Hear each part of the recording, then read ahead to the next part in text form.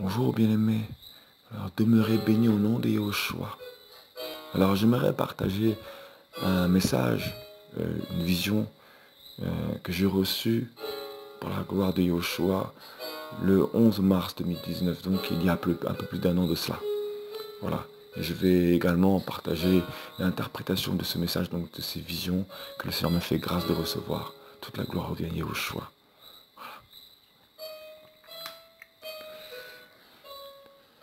La gloire de ton nom règne à travers les nations.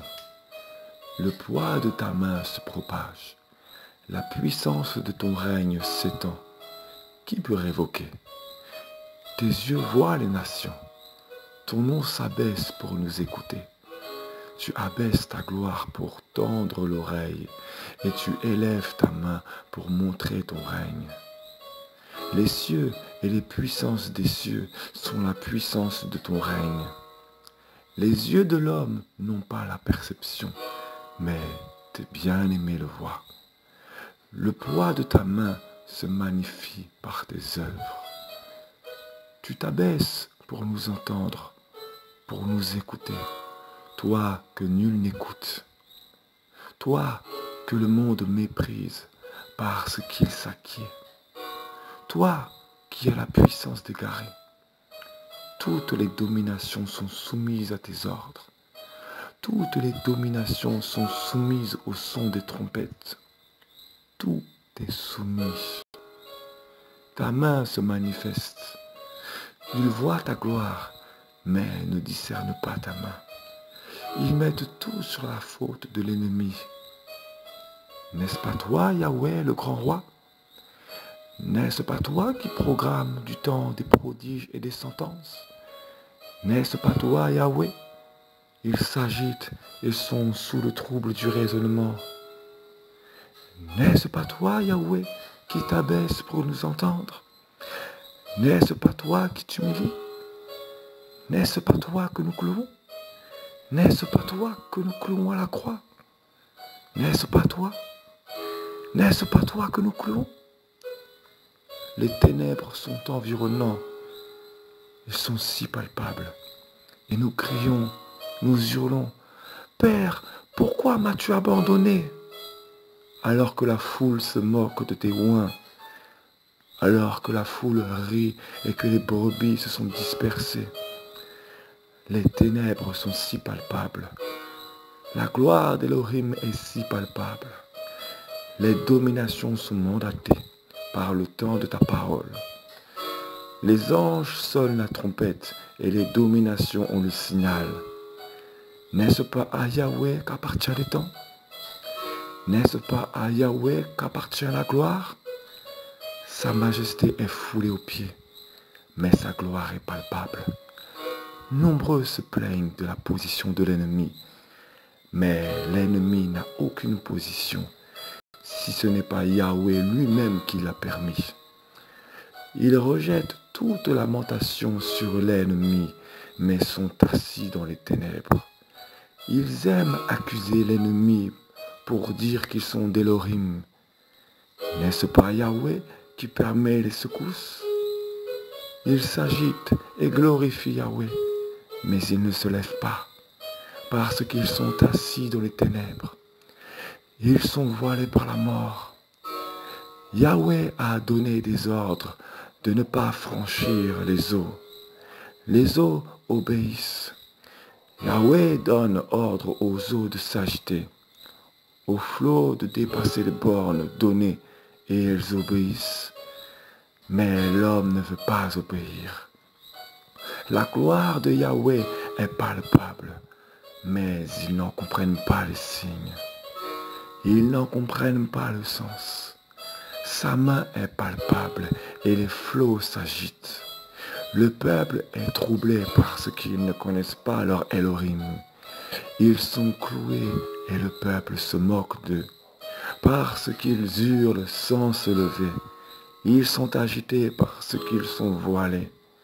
L'ombre de la mort aveugle leurs yeux. Leur regard est voilé. Ils sont voilés par l'ombre de la mort. Ils sont assis dans les ténèbres. C'est pourquoi ils ne reconnaissent pas le signe de Yahweh. Il s'est abaissé et a écouté. Sa main a exprimé sa bassesse. Il s'est abaissé de sa gloire pour écouter.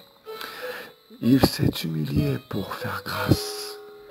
N'est-ce pas Yahweh qui permet toutes ces choses? N'est-ce pas Yahweh qui donne les décrets? Quelle domination n'agit sur le décret de Yahweh? Combien sont cloués? Combien hurlent? La main de Yahweh n'est-elle pas assez grande? Les dominations ne sont-elles pas à la gloire de son nom? Où est l'armée d'Élohim vivant? Si le poids est si manifeste, n'est-ce pas pour pousser le peuple d'Élohim vivant à se réveiller? Alléluia. Alors voilà. Maintenant, je vais partager ce que le Seigneur m'a fait grâce de recevoir. Donc voilà. Pendant que j'étais inspiré sur ce message, je recevais donc des visions. Voilà. Maintenant, je vais les expliquer. Je voyais comme la main d'Élohim sur le peuple. Et la main s'abaissait à la bassesse du peuple. En fait, cette image signifiait qu'il écoute et rabaisse les ténèbres encore pour qu'on s'agite. Non pas pour nous faire du mal, mais pour nous pousser à nous lever justement. Et en même temps, il me faisait montrer la croix de l'œuvre de la crucifixion, un peu illustrée par le film La Passion du Christ, quoi. Je voyais les ténèbres et Christ sur la croix. Et le peuple incrédule se moquait ouvertement parce qu'ils étaient grandement influencés par les ténèbres. Il me montrait que le peuple d'Élohim est en train de fouler la gloire d'Élohim aux pieds parce qu'ils ne comprennent pas. Il me montrait que sa gloire se manifeste puissamment, mais le peuple s'agite face aux ténèbres. Le Seigneur permet cette situation pour pousser son peuple à se lever et à affronter la puissance des ténèbres. Mais ils ont peur. Donc, ils restent cloués. Alors que Yahushua a été enlevé de la croix pour aller dans le sépulcre, affronter la mort et ressusciter. Le peuple d'Élohim, lui, reste sur la croix et accuse l'ennemi sans cesse. Le regarde, au lieu de regarder à l'œuvre qu'Élohim veut faire au travers de ses épreuves. Et c'est ça le problème de l'Église actuelle. Ils disent que ce n'est pas le temps, alors que justement, c'est le temps. Et c'est justement pour pousser le peuple d'Élohim à s'agiter et les pousser à sortir des ténèbres de l'ombre de la mort. J'ai également vu une autre image que je n'ai pas décrite lors du moment où j'étais inspiré. Quand j'ai commencé à vouloir en parler dans le texte, j'ai été poussé à barrer, donc je vais le détailler car elle fait partie de ces visions. Je voyais une montagne et je voyais le peuple d'Élohim aller à la montagne d'Élohim, donc à la montagne de Yahweh. Et je voyais la montagne comme tremblante, elle se secouait. Comme elle se secouait, le peuple d'Élohim glissait de la montagne. Donc, il ne faisait que descendre plutôt que d'aller au sommet. Le Seigneur me faisait comprendre deux sens de cette vision. Il avait été au sommet, mais vu qu'il doit bouger, il ne sert à rien qu'il reste au sommet. Donc, il y a des secousses pour les forcer à descendre et à aller en mission, parce qu'ils ont suffisamment reçu. L'autre sens était que nombreux veulent aller au sommet, mais glissent à cause des épreuves et n'arrivent pas à atteindre le sommet parce que dans la gloire d'Élohim, il faut s'accrocher pour se connecter à lui. Et nombreux glissent et retombent et n'arrivent donc pas à atteindre sa gloire. Il permet toutes ces situations pour que le peuple d'Élohim sorte de son confort et bouge. Mais au lieu de cela, Élohim nous demande de le louer, le glorifier, mais ils ne font que se lamenter. Ils lisent la Bible, ils proclament la parole, mais ils ne la vivent pas.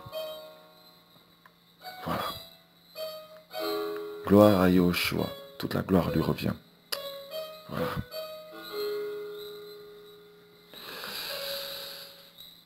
Demeurez bénis au nom de Yeshua en espérant que ce message peut éclaircir l'esprit de certains, ôter certains voiles, voilà, secouer certaines personnes, voilà, et parler à certains cœurs au nom de Yeshua par sa grâce.